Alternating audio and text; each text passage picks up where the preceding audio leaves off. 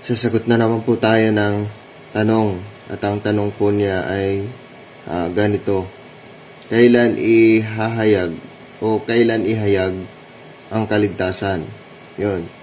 Kailan daw ihayag ang kaligtasan? Basahin po natin yung unang Pedro 1:5. At ang nakasulat po ay ganito.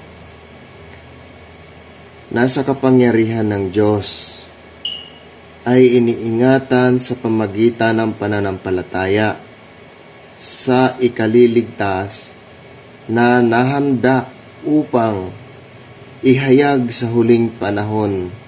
So ang tanong po, kailan ihayag ang kaligtasan?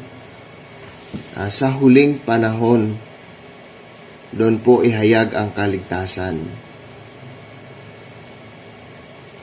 So, inuulit ko ang sagot, sa huling panahon pa, ihahayag yung kaligtasan. Kaya kung may natutunan ka dito sa ating counting vlog, pwede kang, kung meron kang tanong, pwede kang mag-comment sa baba. Hanggang dito na lang. Maraming salamat. Bye-bye.